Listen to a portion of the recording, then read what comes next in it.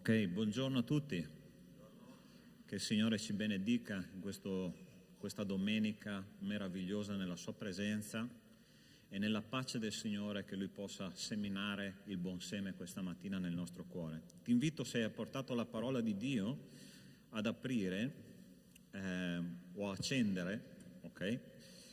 Nella lettera dei Galati dell'Apostolo Paolo, a capitolo 5, leggeremo 3 versetti da questo capitolo. Galati capitolo 5, versetto 16, scusate, 16. Galati 5, 16 fino a 18.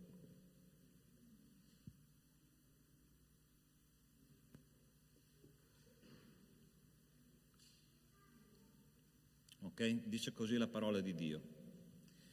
Io dico, camminate per lo Spirito e non adempirete affatto ai desideri della carne, perché la carne ha desideri contrari allo Spirito e lo Spirito ha desideri contrari alla carne. Sono cose opposte tra di loro, in modo che non potete fare quello che vorreste. Ma se siete guidati dallo Spirito non siete sotto la legge. Questo testo biblico ci dice che il cristiano, e l'Apostolo Paolo ha scritto questo testo ai cristiani di Galazia, no? Di quel tempo, che era una chiesa difficoltosa perché camminava tra lo Spirito e la legge, no? E l'Apostolo Paolo gli scrive proprio questo testo perché loro si rendano conto che dovevano camminare per lo Spirito. Però c'è una realtà molto interessante qua che dobbiamo capire e che deve essere fatta nostra, ossia nel cuore del cristiano ci sono due mondi, okay? Il mondo dell'oscurità e il mondo della luce. Costantemente l'Apostolo dice dovete scegliere di camminare nel mondo della luce, perché il mondo delle tenebre è sempre in agguato, ossia è una scelta quotidiana che noi dobbiamo fare, e più che quotidiana proprio di istanti, cioè durante la giornata si presenterà sempre l'occasione di camminare nelle tenebre, ma il Signore dice io sono con te, cammina insieme a me e tu camminerai per lo Spirito. Noi stamattina mediteremo su un personaggio che ha cominciato a camminare nelle tenebre e la sua vita è finita in modo tragico, okay? Ha regnato per 40 anni, sto parlando del re Saul. Ed è stata un'esperienza veramente difficile quella sua, ma siamo qua per imparare dai nostri discepolatori in modo da non fare i loro stessi errori. Okay? Un proverbio, che non è un proverbio cristiano, dice così: impara dagli errori degli altri perché non puoi vivere abbastanza per farli tutti tu. Okay? Quindi alziamoci in piedi, facciamo una preghiera per cominciare il nostro culto e che il Signore possa aiutarci a camminare nello Spirito, a camminare nella luce, a vincere nel mondo spirituale, perché Lui è insieme a noi, ok? Chiudi i tuoi occhi, comincia a parlare col tuo Signore. Nostro Dio, nostro Padre, se Tu, Signore, ci stai ascoltando, e sono sicuro, Signore, che questa nostra preghiera, Signore, iniziale in questo culto sta arrivando al Tuo trono di grazia, io ti chiedo nel nome di Cristo Gesù che Tu possa aiutarci a fare la strada, a camminare su quella strada luminosa che è il sentiero dello Spirito. Signore, aiutaci a combattere il mondo spirituale e, Signore, che questa mattina il Tuo Spirito, Signore, possa parlare ai nostri cuori, possa darci, Signore, la capacità di combattere, Signore, con tutto noi stessi per la Tua gloria. Padre, noi stiamo incamminandoci verso l'eternità. La realtà che stiamo vivendo oggi, Signore, è una realtà terrena, è una realtà, Signore, che scomparirà un giorno, ma quello che noi, Signore, vogliamo afferrare questa mattina è che, Signore, siamo in cammino verso le cose dello Spirito, verso gli angeli, verso di Te, verso la nuova città Gerusalemme celeste. Signore, ungi il Tuo popolo con il Tuo Spirito e che questa mattina, Signore, usciamo di qua trasformati da quello che Tu ci dirai, nel nome di Cristo Gesù. Amen. Amen. Prima di sederti, siccome non possiamo abbracciarci, ma almeno fai un saluto al tuo fratello, girati a destra, a sinistra, dietro e dai una parola di benedizione al tuo fratello.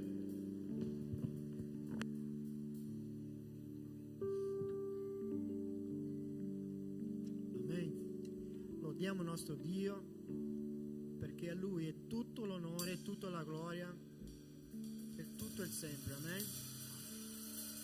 Stamattina fa un po' freddino, però nella presenza del nostro Signore abbiamo l'opportunità di riscaldarci. Amen. Lodiamo il nostro Dio.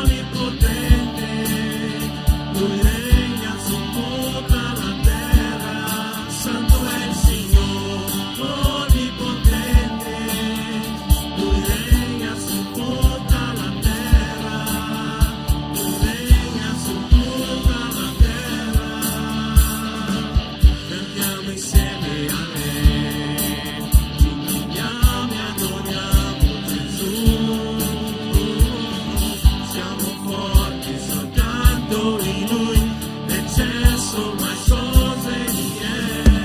Insieme cantiamo, insieme cantiamo.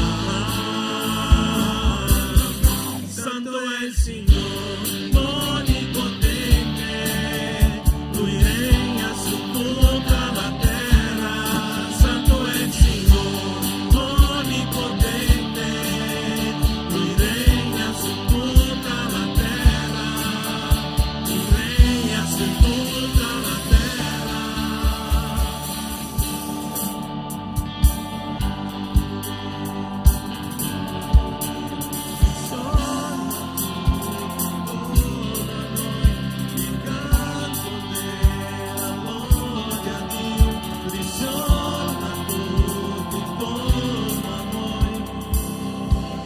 Insieme cantiamo, insieme cantiamo. Santo è il Signore, onnipotente,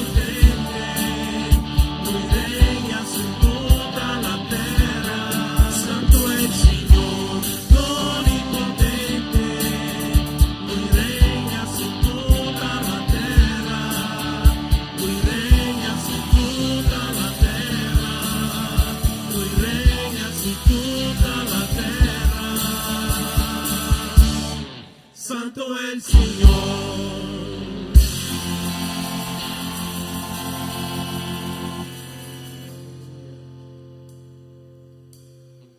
A Dio il nostro onore, la nostra lode, la nostra gloria. A Lui sia dato tutto, con tutta la nostra forza, con tutta la nostra voglia di stare vicino a Lui, di esaltarlo, di avere un rapporto profondo, in profondità con Lui. Io non posso neanche immaginare quello che avete nel cuore, ma sono certo che Dio ci vede ogni giorno. Non so della lotta che stai passando, di quello che stai vivendo, ma io sono certo che Dio ci ascolta e ci dà l'opportunità di essere vicino. Cantiamo il nostro Dio. Tu sei qui, ti muovi fra di noi, adoro te, adoro te. Tu sei qui, operando in mezzo a noi, adoro te, adoro te. Tu sei qui, ti muovi fra di noi, adoro te, adoro te. Tu sei qui.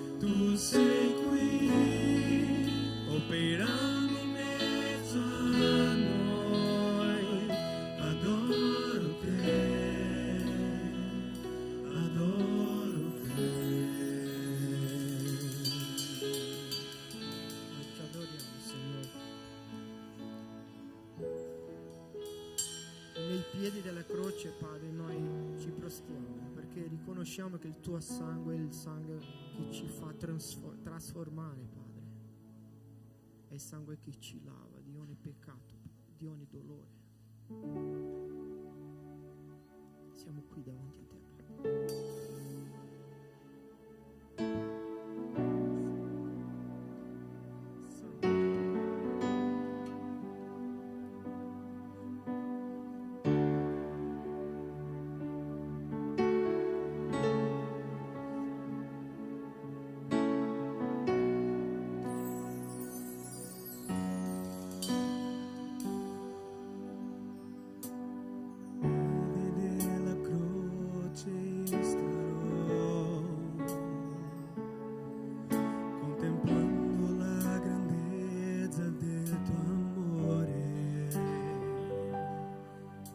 Prostendomi ai tuoi piedi adorerò, ricevendo la tua grazia nel mio cuore. Io so che c'è potenza nel tuo sangue,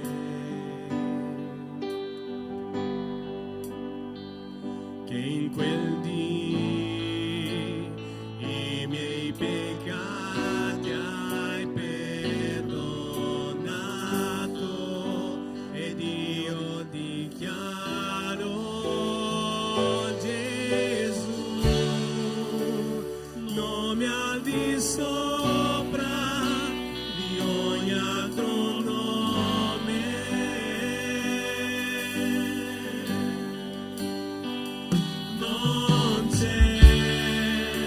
Non c'è nessun altro come il mio Signore. Morto per me, al posto mio, risuscitò.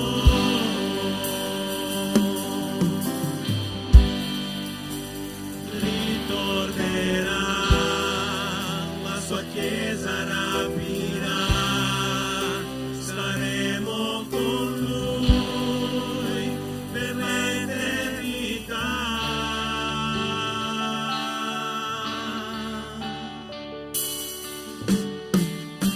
Ai piedi della croce io sarò, contemplando la grandezza del tuo amore.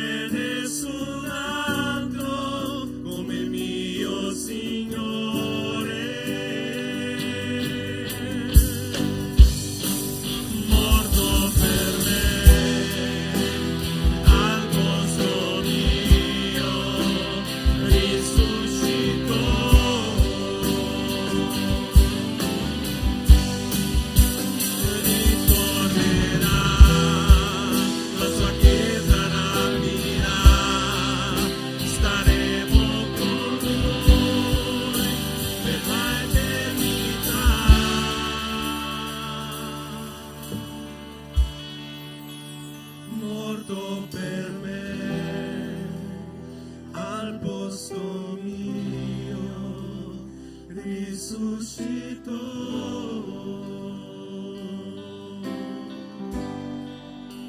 Ritornerà, la sua chiesa rapirà, saremo con lui per l'eternità.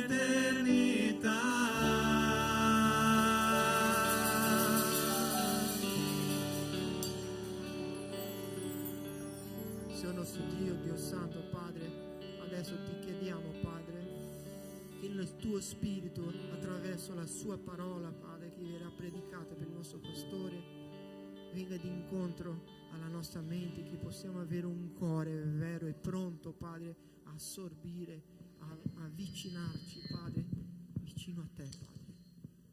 Ricevi la nostra lode, la nostra adorazione, Padre. È in nome di Gesù che prego. Amen.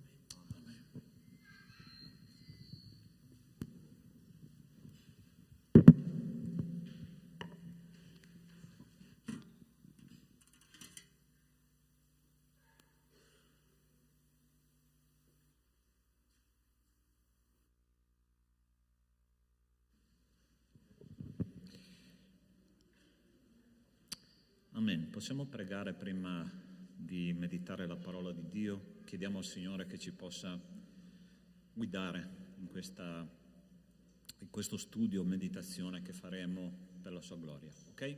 Chiudi i tuoi occhi e parla col Signore. Signore nostro Dio, tu conosci, Signore, come già è stato pregato per le necessità spirituali di ciascuno di noi. Questo, Signore, è molto chiaro nella tua mente e nel tuo cuore. Perciò, Signore, ti chiediamo che la tua parola sia ministrata alla realtà della tua Chiesa, Signore, attraverso il tuo Spirito. Lascia nel cuore di ciascuno quello che serve. Te lo chiediamo nel nome di Cristo Gesù. Amen. Sta rimbalzando molto il suono, se potete togliere un po' di rimbalzo. Grazie. Siamo alla fine del periodo dei giudici di Israele, 300 anni di un periodo, il più buio periodo spirituale della storia di Israele. E Israele si determina di fare l'ultima disobbedienza, l'ultimo affronto al Signore dopo questo bruttissimo periodo, ossia chiede un re, perché tutte le altre nazioni hanno un re e perciò anche noi vogliamo un re, e il Signore dice: ok, io vi darò un re, ma guardate, attenzione che questo re porterà quasi alla distruzione la nostra nazione. Noi vogliamo un re, ok, ed è interessante che Dio fa così, a volte quando noi vogliamo con insistenza una cosa che Lui non vuole, Lui permette quella situazione affinché noi possiamo imparare dalla disciplina che poi Lui farà, ok? E loro chiedono un re che si chiama Saul. La parola Saul significa proprio chiesto a Dio, il nome Saul significa proprio chiesto a Dio.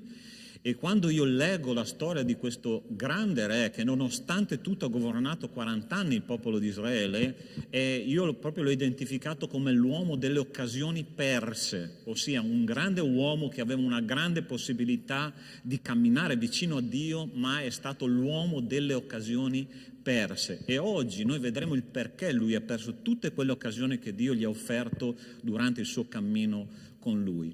E la cosa interessante che possiamo scoprire è che Dio non aveva limitato assolutamente il suo possibile successo, ma Lui ha veramente scelto di fare esattamente il contrario di quello che Dio aveva stabilito per Lui. E la prima cosa che noi scopriremo oggi è che Lui all'inizio, quando è stato chiamato al ministero di re, ha detto: non io, per favore, Signore, non io, non posso. Guardate che cosa dice questo testo biblico che si trova all'inizio del libro di Samuele, capitolo 10, 22-24, dice: allora consultarono di nuovo il Signore, quell'uomo è già venuto qua, quell'uomo si riferisce proprio a Saul. Il Signore rispose: guardate, si è nascosto tra i bagagli. corsero a farlo uscire di là, e quando egli si presentò in mezzo al popolo era più alto di tutta la gente dalle spalle in su. Samuele disse a tutto il popolo: vedete, colui che il Signore ha scelto, non c'è come lui un uomo in tutto il popolo. Tutto il popolo mandò grida di gioia esclamando: viva il re. La prima convocazione al trono di Saul è stato segnato da un evento che ci chiarisce bene qual era il problema che c'era nel suo cuore. Ossia, la prima cosa che lui ha fatto è andato a nascondersi, ok? Lui non voleva prendere in mano lo scettro del comando, aveva una paura terribile della responsabilità che gli era stata affidata. Questo testo ci parla di un principio fondamentale nella vita cristiana, che è la libertà vera. Pastore, dov'è la libertà vera qua in questo testo biblico? Ovviamente lui era stato chiamato a sedersi sul trono di Israele, ma non era libero dentro di farlo, perché qualcosa dentro di lui gli impediva di camminare insieme al Signore. Che cos'è la vera libertà cristiana? La vera libertà cristiana è essere sganciati dagli schemi che il mondo ci mette dentro nella nostra testa e nel nostro cuore. Saul veniva da una famiglia, molto interessante questo dato, una famiglia di eroi della fede. Nella sua famiglia Kis era suo padre, era un grande combattente, e lui, avete visto che, come ha descritto la parola di Dio, era più alto di tutto il popolo di Israele. Quando il popolo l'ha visto, questo uomo è proprio il nostro re, ma lui non era libero dentro di fare il re, perché qualcosa dentro di lui non funzionava, aveva un'immagine di sé talmente scarsa e talmente bassa che non riusciva a vedere le benedizioni che Dio voleva usare lui per benedire il popolo di Israele. Cos'ha a che fare con noi questo, pastore? Sai quanti cristiani non sono liberi di camminare con Dio oggi? E ti dico anche il perché. Perché noi, dentro di noi, abbiamo tanti pensieri che sono stati inseriti nella nostra testa dal mondo. Il mondo è... Oh, mamma, aiutateci, perché abbiamo una difficoltà. Stiamo trasmettendo con questa telecamera.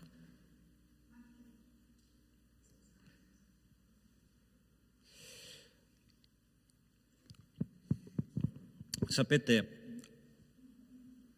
la grande e vera libertà che noi abbiamo è quella che noi abbiamo in Cristo Gesù. Sai, io stavo ragionando in questi tempi che cosa è importante che noi intendiamo come libertà, perché noi ci diciamo di essere liberi, ma la realtà delle cose è che noi siamo schiavi di tanti schemi che il mondo ha messo dentro di noi e mette dentro di noi. Oggi noi pensiamo che una vera vita di libertà sia dettata, per esempio, da un bellissimo conto in banca, da un buon lavoro che ci porterà una possibilità di essere liberi di fare quello che vogliamo, oppure sono libero se un giorno avrò una professione, avrò un titolo di studio, avrò una laurea, avrò una caratteristica che mi eleva al di sopra degli altri, allora avrò la grande libertà di essere una persona come io veramente voglio. A volte noi pensiamo, e questa è una cosa che mi ha fatto ragionare tantissimo il Signore, noi pensiamo che oggi chi ha il Green Pass sia una persona libera, no? Libera di andare al ristorante, libera di andare da questa parte, libera di andare dall'altra, oppure un giorno noi pensiamo che anche se non ci fosse nessun Green Pass saremmo delle persone libere. La realtà delle cose è che ci sia il Green Pass o non ci sia il Green Pass non saremo mai delle persone libere, perché la vera libertà noi ce l'abbiamo dentro. E sai chi era la vera persona libera che ha camminato qua sulla terra? È l'unico che conosco che io e che era veramente libero, si chiamava Gesù il Signore. Sai perché? Perché lui ha fatto dell'obbedienza la sua libertà, e lui aveva un Green Pass talmente forte, talmente grande, che è stato capace di andare alla presenza del Padre e dire: io riscatto tutte le persone che sono schiave del peccato, e non solo io sono libero, ma rendo libera anche loro. Questo significa essere liberi, perché la parola di Dio dice che se noi obbediamo con perseveranza al Signore, noi saremo veramente liberi. Sai perché Saul non era una persona libera? Perché lui non era mai stato capace, non sarà mai stato capace nella sua storia di obbedire alla parola di Dio. Questa è vera libertà. Oggi il Signore sta cercando, sai che cosa? Dei cuori impavidi che cercano la vera libertà. Gesù era talmente libero, fratello, ascolta quello che ti sto dicendo adesso, ok?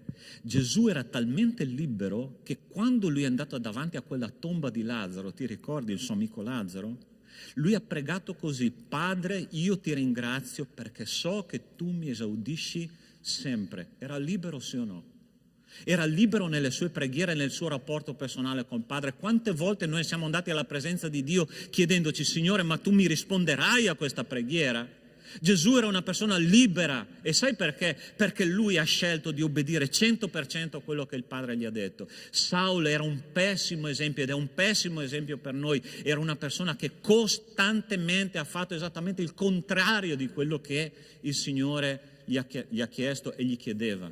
Caro mio, se tu vuoi essere una persona libera, non serve il Green Pass, non serve senza Green Pass, non serve il tuo titolo di studio, non serve la tua salute, non serve il tuo conto in banca, serve esattamente essere obbedienti al Signore. Se perseverate nella mia parola, sarete veramente miei discepoli, conoscerete la verità e la verità vi farà liberi.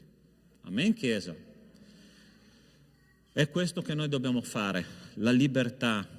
Non io, per favore. Sai quante fratelli e sorelle non prendono e perdono l'occasione di camminare a fianco a Dio? Sai perché? Perché dicono: Signore, non sono degno, non sono capace, non ho la possibilità, non sono abbastanza intelligente, non sono abbastanza spirituale. E io ho scoperto che la Chiesa di Dio, se c'è un organo che non funziona, non sta bene. E tu sei un organo della Chiesa di Dio che bisogna che funzioni. Tu non puoi venire qua una volta ogni 2 mesi e sederti e dire: ah, la Chiesa non funziona bene, la Chiesa c'è freddo, la Chiesa non funziona come vorrei io. Sai perché? Perché tu hai perso l'occasione di collaborare col Signore. Tu hai perso l'occasione di stare a camminare con Dio nella sua vigna e di fare quello che il Signore ti chiede di fare ogni giorno. Nella Chiesa di Dio, ascolta bene quello che ti dico adesso, nella Chiesa di Dio non ci sono spettatori, ci sono solo protagonisti. Amen? Sei contento di essere un protagonista della Chiesa di Dio? Sì o no? Saul voleva scappare e la sua vita è stata un disastro. E non c'è niente di peggio che camminare con Dio e avere la consapevolezza di non riuscire a farcela. E questa è una crisi ancora più grande. Ma lui ha fatto un'altra cosa terribile. Vediamo qua il secondo testo biblico che si trova un pochino più avanti, 1 Samuele capitolo 13, versetto da 8 a 11. Saul doveva combattere una battaglia, ok? E il Samuele, che era il profeta nazionale, gli aveva detto: Saul, aspetta 7 giorni prima che io torni, farò il sacrificio e sicuramente tu vincerai la tua battaglia insieme a me. E dice così: egli aspettò 7 giorni secondo il termine fissato da Samuele. Ma, e quando c'è un ma nella Bibbia, qualcosa succede di grosso, ok? Samuele non giungeva a Gilgal e il popolo cominciò a disperdersi e a abbandonarlo. Allora Saul disse: portatemi l'olocausto e i sacrifici di riconoscenza, e offrì l'olocausto. Aveva appena finito di offrire l'olocausto che arrivò Samuele. Saul gli uscì incontro per salutarlo, ma Samuele gli disse: che cosa hai fatto? Saul rispose: siccome vedevo che il popolo si disperdeva e mi abbandonava, che tu non giungevi nel giorno stabilito e che i Filistei si erano radunati, allora io ho fatto il sacrificio. Sai qual è il grande problema qua? Saul non è riuscito a aspettare i tempi di Dio. Ed è interessante che il Signore gli ha detto: aspetta 7 giorni, ma guarda caso Samuele di proposito, ok, guardami bene, di proposito è arrivato un pochino in ritardo per vedere che cosa lui aveva nel cuore e che cosa lui ha fatto. Ha preso i sacrifici, ha sacrificato lui perché tutti lo stavano abbandonando, ossia si è messo al posto di Dio, non di Samuele, di Dio. Nella legge di Mosè, se qualcuno faceva sacrifici al posto dei sacerdoti, la cosa era gravissima. Pastore, ma cosa ha a che fare questo con noi? Io non ho niente, nessuna battaglia da combattere, e questo lo vorrei proprio vedere. Seconda cosa, io non faccio sacrifici di animali, sì, però quante volte io e te prendiamo il posto di Dio e non aspettiamo i suoi tempi, è vero o no? Giovani, alzate le mani per favore, tutti i giovani, ok? Per favore, giovani e adolescenti. Ok, voglio dire una cosa a te. In particolare, ok? Io ce l'ho con voi perché siete il fiore della Chiesa e Dio crede in voi, ok? Non fate passi falsi col vostro futuro partner per la vita. Aspettate i tempi di Dio, perché se scegliete la persona sbagliata per la fretta vi trovate un serissimo problema e vi mettete al posto di Dio e guardate che la vostra vita sarà rovinata. Quante persone, quanti ragazzi ho visto fallire, cadere, ragazze che erano serissime con Dio poi rimanere incinta. Gente, mi raccomando, aspettate i tempi di Dio. Aspettate i tempi di Dio. Dio arriva anche se è in ritardo, tra virgolette in ritardo, perché tu sai che ci sono due tempi nel mondo spirituale. Il tempo cronos, che è quello che viviamo noi, il tempo cronologico, ok? Quello che il tempo passa, che noi misuriamo con l'orologio. Ma c'è un tempo diverso nel mondo spirituale che è il tempo kairos, che è il tempo di Dio. E il tempo di Dio è perfetto e Dio non arriva mai in ritardo. Ti ricordi la storia di Lazzaro, quella che abbiamo citato prima? Quando gli amici di Lazzaro sono andati a chiamare Gesù e Gesù ha detto: io aspetterò ancora 3 giorni. Guarda che sembra importante, no, questa cosa qua. Sembra interessante che Dio sembra che faccia apposta. Signore, ma tutti i miei amici hanno la fidanzata e il fidanzato, lo voglio anch'io. Ah, mi piace la Camilla, perché la Camilla... Signore, tu non capisci, la Camilla è bellissima. Sì, ma non è credente. Ah, Signore, io voglio Mario, perché Mario ha gli occhi azzurri, perché Mario è un latinoamericano, perché Mario fa bene la carne arrosto. E troviamo 1000 ragioni per dire che Mario e Camilla sono la scelta migliore per la nostra vita. Il Signore dice: aspetta, perché lascia che i morti seppelliscano i loro morti.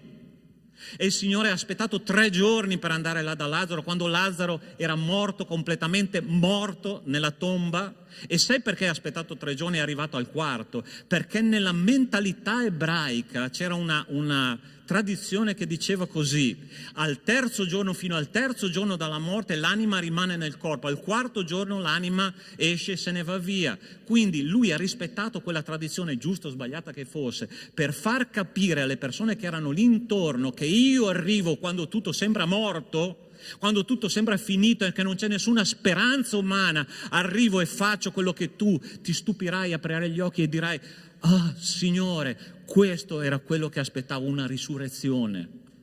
Tu vuoi una risurrezione nella tua vita, della tua speranza? Aspetta i tempi di Dio. Aspetta i tempi di Dio. Saulo non è stato capace di aspettare i tempi di Dio. E sai subito dopo cosa Samuele gli ha detto? Ok, tu non hai aspettato i tempi di Dio, tu hai preso il mio posto, allora io tolgo il regno da te e lo darò a un altro che ha il mio cuore, che ha a cuore le cose che io dico. Posso dirti una cosa? Tu che sei qua oggi, che hai un ministero, adesso me la prendo con tutti, ok? Tu che hai un ministero nella Chiesa. Prima abbiamo parlato di quelli che non hanno ministero, che si siedono e ascoltano, ma adesso parlo di quelli che hanno ministero. Quelli che hanno ministero, se tu stai lavorando per la gloria del Signore, aspetti i tempi di Dio, le decisioni di Dio, perché altrimenti il Signore ti toglie il ministero e lo dà a qualcun altro. Hai capito? Le cose sono serie nel mondo spirituale e noi non possiamo scherzare con Dio.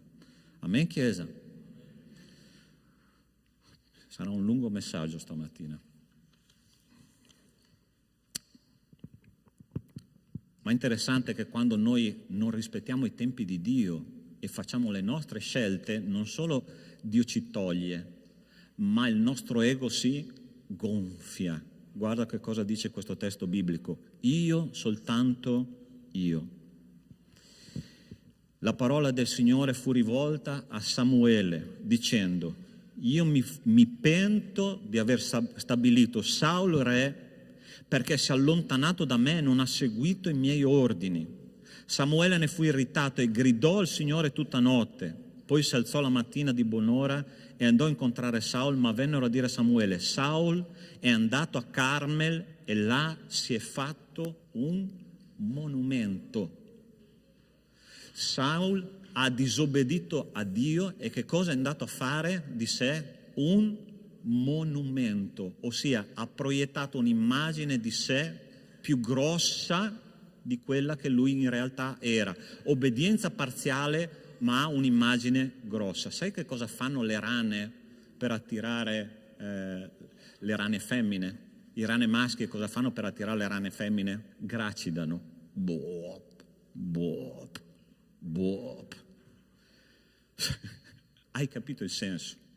Lui era re di Israele, stava perdendo l'autorità, stava perdendo il contatto con la gente perché aveva tagliato il suo rapporto personale con Dio. Per attirare la gente a sé, cosa faceva? È andato a farsi un monumento.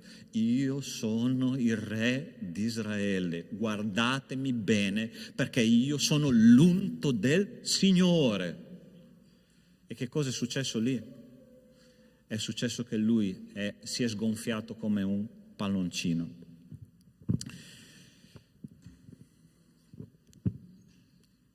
Saul, quando Samuele l'ha ripreso,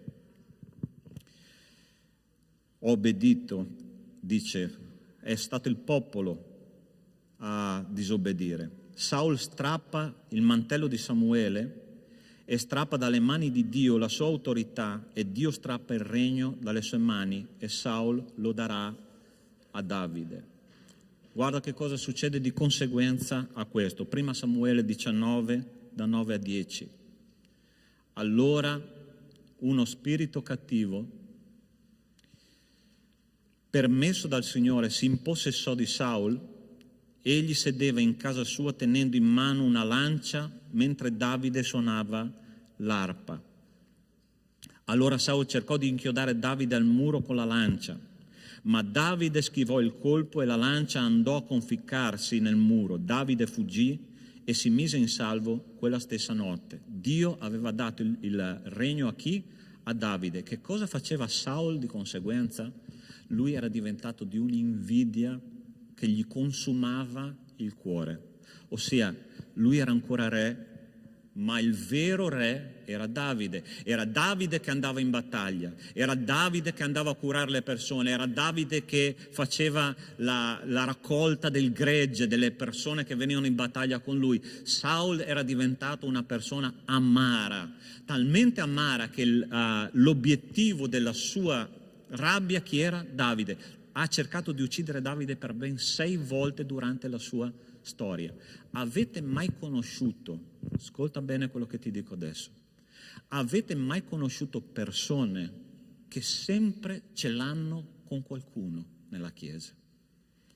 Okay? È sempre colpa di qualcuno di quello che succede. Hanno sempre una critica, hanno sempre un dito puntato, hanno sempre un pettegolezzo, hanno sempre qualcosa da dire. Perché? Perché c'è un problema spirituale dentro che non è stato risolto, perché Dio gli ha strappato il regno, Dio gli ha strappato quell'opera che loro stavano facendo, e sono persone che diventano profondamente invidiose. Sai chi è che ha provato per la prima volta in questo universo l'invidia? È stato il diavolo, che ha cercato di usurpare il trono di Dio.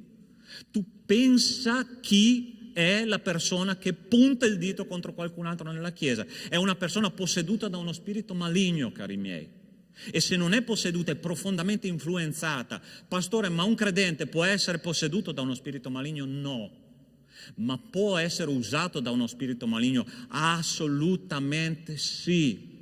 Perché se tu lasci degli spazi dove il diavolo lavora nella tua vita, tu diventerai uno strumento del diavolo preferito, perché è interessante, uno strumento all'interno della Chiesa di Dio che critica, che pettegola e che fa danni in questo senso. È chiaro che è uno strumento del diavolo, perché il Signore non divide la sua Chiesa. Il Signore vuole tenere unito la sua Chiesa, e chi divide la Chiesa, sai chi è? È il diavolo.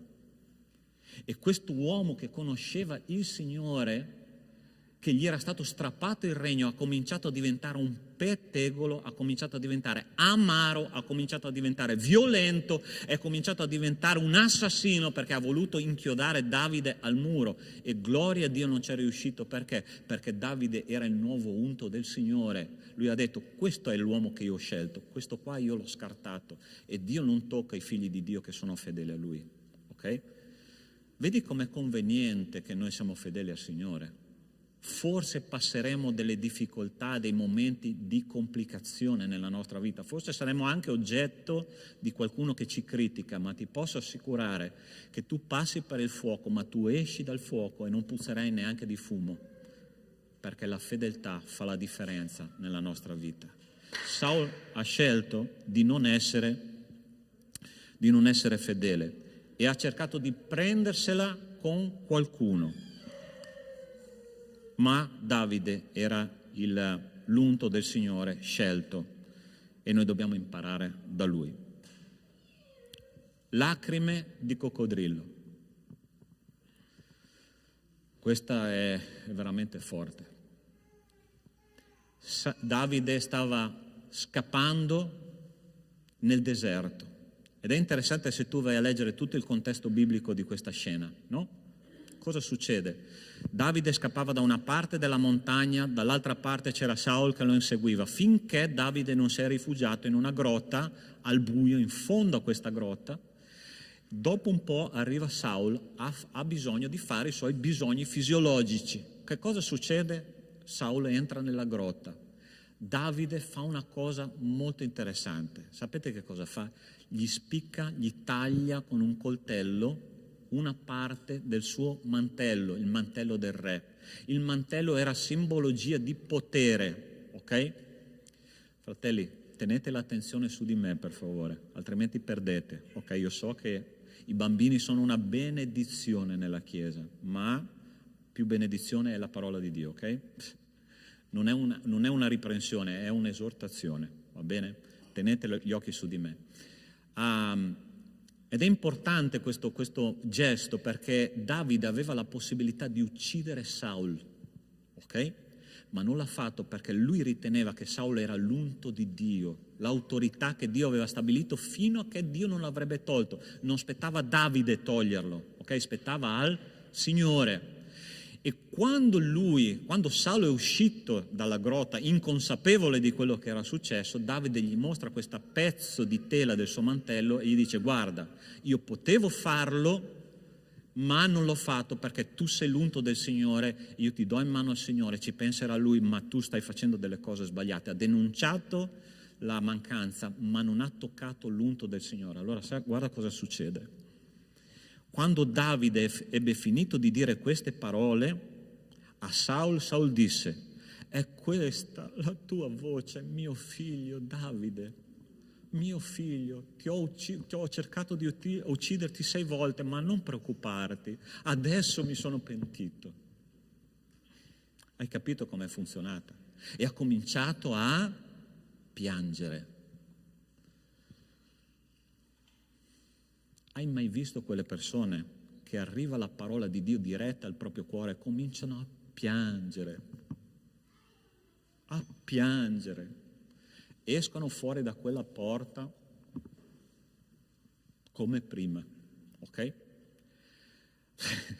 Una volta ho sentito un bambino dire una cosa di questo tipo. State attenti, perché i bambini sono la voce della verità, no? che ci insegnano sempre delle cose molto interessanti. Pastore, mi vendi quella porta là? Cioè, cosa vuol dire mi vendi quella porta? Sì, perché quando mio papà e mia mamma entrano da lì sono 2 persone, quando escono sono completamente diverse, tornano a casa, sembrano dei orangotango scatenati. Quindi vendimi la porta, che è una porta magica. Ho detto: Signore, adesso capisco come funziona, no? Ossia, cari miei, sentimentalismo nelle chiese non conta niente, non porta a nessun cambiamento.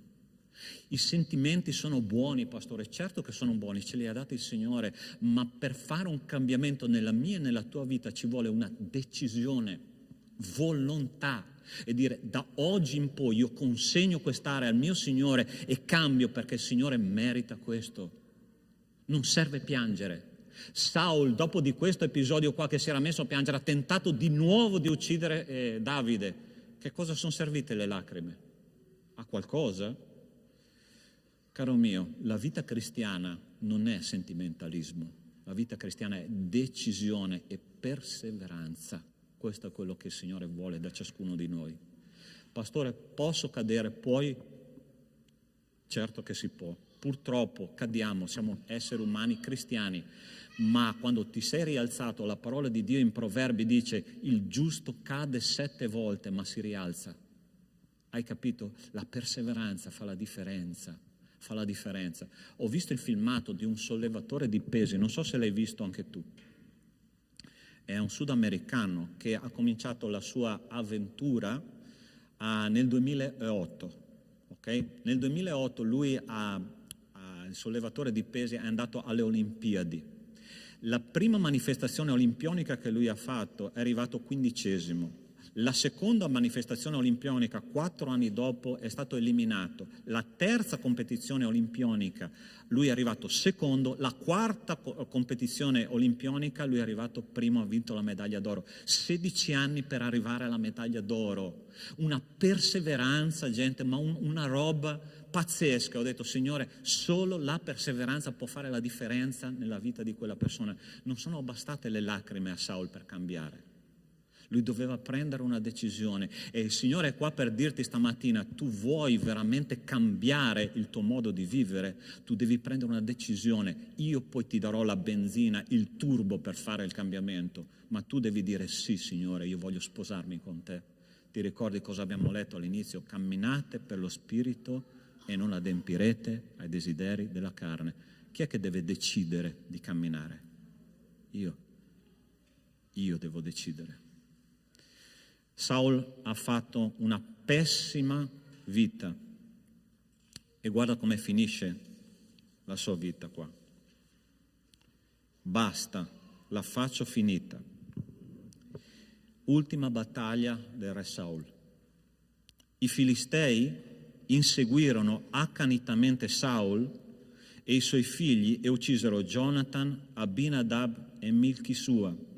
Tra parentesi qua, quando una persona come Saul decide di camminare per la carne e non per lo spirito, trascina nella tragedia anche la sua famiglia. Madri e padri, mariti e mogli. Se decidi di camminare per la carne, tu trascini anche la tua famiglia nelle disgrazie. Hai una responsabilità come cristiano di camminare nel regno della luce, ok? Il peso della battaglia gravò contro Saul. Gli arcieri lo raggiunsero. Egli si trovò in grande difficoltà a motivo degli arcieri. Saul disse al suo scudiero: sfodera la spada e trafiggimi, affinché questi incirconcisi non vengano a trafiggermi e a farmi oltraggio. Ma lo scudiero non volle farlo perché aveva paura, giustamente. Allora Saul prese la sua spada e vi si gettò sopra. Pastore, ma io non ho mai pensato a suicidarmi. Può darsi, ma suicidio spirituale ce ne sono tanti che lo fanno. E sai perché lui è arrivato a questo punto? Lui è arrivato a un livello di disobbedienza tale nella storia di Saul che a un certo punto Dio ha smesso di parlargli. Stai capendo un po' quello che ti sto dicendo? Ci sono dei momenti che Dio sembra che non esista nella tua vita.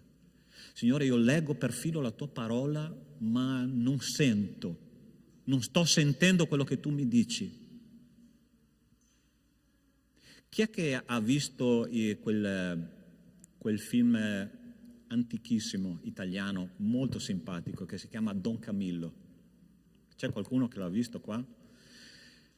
Questo prete d'assalto, no? della Bassa Padana, a un certo punto viene preso dal vescovo e buttato in mezzo a una montagna, perché lui addirittura faceva pugni con i comunisti, ok? Questo è più o meno il senso. E lui va in questa montagna, una chiesetta dove c'erano 2 membri, ok? E comincia a ufficiare la messa. A un certo punto, dopo un po' di tempo, torna nella sua chiesa di origine guarda il crocifisso e appena lui entra nella cappella, il crocifisso comincia a parlare con lui. Ah, ma Signore, adesso veramente sento la tua voce. E sai che cosa Dio ha detto in quel tempo? Ha detto: adesso senti la mia voce, ma io ti ho sempre parlato, perché qua tu sei più vicino al tuo cuore. Quando noi non sentiamo la voce di Dio, possiamo leggere la Bibbia, partecipare agli incontri, pregare, ma non sentiamo perché noi stiamo facendo un'altra strada. Dio ha scelto di andare su un altro cammino. Ed è per quello che Dio a volte smette di parlare e vediamo che cosa il mio figlio fa quando io smetto di parlare. Sarà che mi viene a cercare? Saul, sapete che cosa ha fatto per andare a cercare la voce del Signore? A un certo punto è andato a evocare una medium, è andato a evocare uno spirito maligno. Questo dice la parola di Dio. La parola di Dio dice questo. E a un certo punto questo spirito maligno gli ha detto: tu domani morirai in battaglia. E sapete una cosa interessante? Che quando noi siamo lontani da Dio e scegliamo le cose della carne, sai che cosa fa Satana? Te lo dico così, ok? Lui dice una cosa e quella cosa si realizza non perché lui è onnisciente, ma perché lui ha la capacità di farlo, perché tu ti sei messo in mano a lui. Questo è vivere secondo la carne. Pastore, ma stai dicendo delle cose durissime stamattina. Sai perché? Per un semplice motivo: perché io voglio che la mia chiesa sia una chiesa libera. Libera di camminare nello spirito e non nella carne. Perché la fine di Saul è stato un suicidio biologico, ma quanti suicidi spirituali ci sono qua che stanno dicendo: pastore, non sento più la voce di Dio. La semplice ragione è questa: che tu stai camminando in una strada e Dio è in un'altra. Ma io sono qua per dirti stamattina che il tuo Signore è un Signore misericordioso, un Dio che ama le sue pecore, un Dio che vuole comunione con i suoi figli. E siamo qua per dire stamattina che il Signore è qua per dirti: io voglio che tu cammini con me.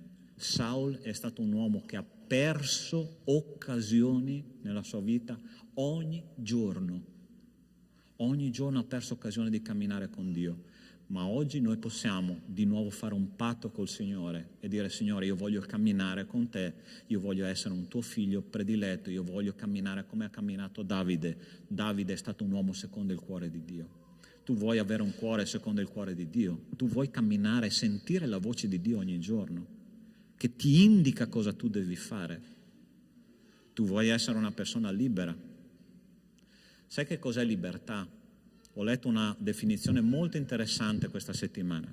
Libertà non è cercare una prigione più dorata. Libertà vuol dire essere liberi dentro. Hai capito? Dio vuole che tu sia libero dentro, ma tu puoi esserlo solo se cammini con Lui. Vogliamo pregare insieme?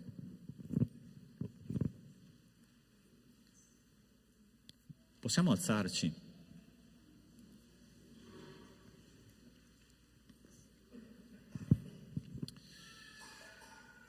Hai capito la parola di Dio stamattina? Amen. Saul è stato un pessimo esempio, ma noi possiamo prendere il cattivo che era in lui e dire: Signore, io non voglio questo, io voglio tutt'altro. Io non voglio essere uno spettatore, voglio essere un protagonista. Io non voglio gonfiare la mia immagine, io semplicemente voglio essere quello che sono. Io voglio obbedire pienamente, non voglio un'obbedienza parziale. Non voglio avere lacrime di coccodrillo, voglio prendere una decisione di essere una persona diversa. E noi siamo qua insieme al nostro Signore. Lui ci conosce molto bene, Lui conosce il suo gregge. Io ti chiedo solo questo stamattina, di prendere questa tua insicurezza, di prendere questa tua angoscia di vivere, di prendere questo silenzio spirituale e dire al Signore: Signore, io non voglio più questo, io voglio camminare con te. Dammi quella pace che basta per il resto della vita. Il nostro Dio è un Dio di pace. Il nostro Dio è il nostro Padre. siamo qua questa mattina per ringraziarti, Signore, perché tu sempre ci dai la via d'uscita per le nostre difficoltà. Il mondo ci propone un modello di libertà, ma che è una prigione più dorata. La tua parola dice: se perseverate nella mia parola, sarete veramente miei discepoli, conoscerete la verità e la verità vi farà liberi. Se c'è qualcuno che vuole veramente prendere una decisione di camminare col Signore stamattina, io ti chiedo di dire sì in questo momento al Signore, dentro di te. Io non so dove ti porterà il cammino, ma sono sicuro 100% che tu avrai una grande pace, perché il nostro Dio è un Dio di pace. Signore, ti ringraziamo per le decisioni che stanno per essere prese in questo momento. Vogliamo, Signore, consegnarti il nostro cuore chiave in mano, senza resistenze, senza difficoltà, e che tu possa guidarci, Signore, là dove tu vuoi che noi siamo. La tua parola dice che ci sono verdeggianti pascoli che ci aspettano, ed è là che noi vogliamo arrivare insieme a te. Te lo chiediamo nel nome di Cristo Gesù. Amen. Amen. Se tu hai preso questa decisione, non ti pentirai. Se tu hai rifatto il tuo patto col Signore, non te ne pentirai. Lascia che il Signore ti guidi ogni giorno, ok? Sei pronto di nuovo per adorare il Signore, per offrire al Signore? È il momento giusto di farlo, ok? Gruppo di lode, per favore.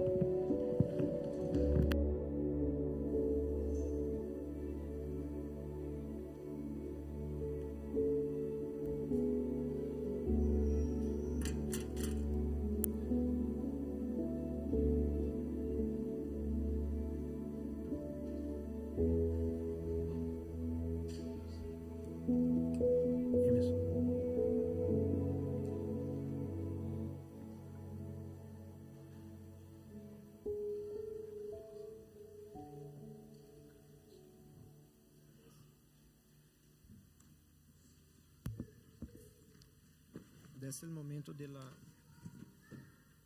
che abbiamo l'opportunità di offertare e di portare la decima per il sustento del ministero di Dio nella nostra Chiesa. Abbiamo la libertà di fare questo in Dio. Amen.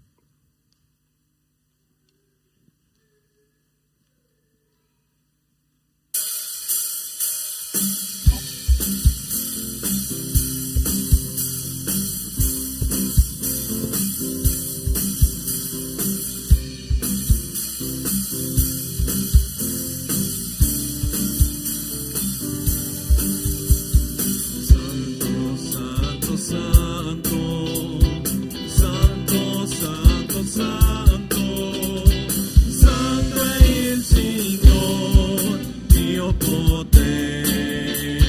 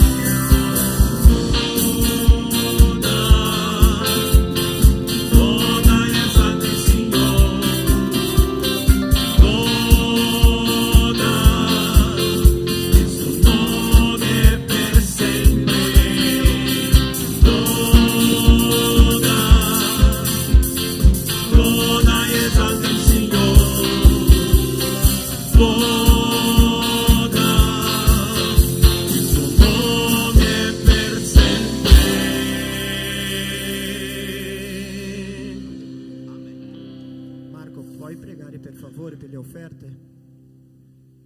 Signore nostro Dio, è veramente un onore, Signore, stare davanti a Te, servendoti, Signore, nella Tua Chiesa e essendo anche la Tua Chiesa in questa terra, Signore. Ti lodiamo adesso, ti ringraziamo per i cuori, Signore, che hanno offerti, Signore, al Tuo servizio in questa opportunità, Signore. Benedici ognuno, Signore, dei Tuoi figli che hanno contribuito, anche quelli che non hanno potuto in questa opportunità, Signore. Lo benedici, Signore, nello stesso modo, Signore mio. Ti ringraziamo per tutto in questo culto, in questo servizio, Signore, nel nome santo di Gesù. Amen e amen.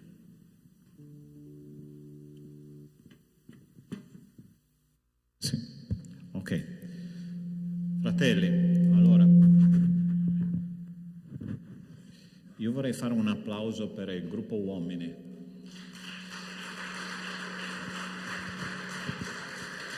Che veramente hanno avuto un impegno molto forte, erano qua stamattina. Com'è che non funziona? Sì. Ok, che hanno avuto un impegno veramente grande con questa lode, sono arrivati qua trafellati, hanno provato, pastore, siamo in mancanza. Io penso che loro abbiano fatto un ottimo lavoro, ok? Per la gloria di Dio. E quello che manca il Signore aggiunge sempre, ok? Grazie per aver partecipato nel nostro culto, che il Signore vi benedica per tutta la settimana. Solo un annuncio, tutti gli annunci li trovate sulla pagina Facebook, ok? Quindi potete andare a consultare lì gli orari dei gruppi, gli orari degli incontri di preghiera. Vi chiedo di pregare perché il mese prossimo noi abbiamo già fatto lo studio sull'Antico Testamento, i 2 scorsi martedì. A novembre faremo quello sul Nuovo Testamento. È stata una benedizione perché ci sono state veramente tanti non credenti che hanno partecipato e questo mi ha stupito parecchio perché sai, studio dell'Antico Testamento non è una cosa semplicissima, però c'era tanta fame della parola di Dio e questo mi ha colpito tanto. Quindi, carissimi, stiamo pregando da tanto tempo per le nostre città, per la nostra Chiesa, il Signore sta rispondendo, ma adesso dobbiamo investire ancora di più perché le persone hanno bisogno della parola di Dio, ok?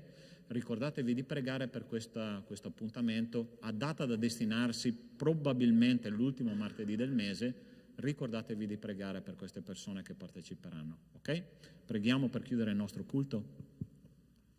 Nostro Dio, nostro Padre, ti ringraziamo e ti benediciamo per quello che abbiamo ricevuto da te stamattina e soprattutto, Signore, per aver partecipato alla tua opera. E adesso, Signore, che torneremo alle nostre case, io ti chiedo che l'amore di Dio nostro Padre, la grazia salvatrice di Cristo e le consolazioni dello Spirito di Dio con noi siano e con tutto il popolo di Dio su tutta la terra da oggi e per sempre. Amen. Buona settimana, Dio vi benedica.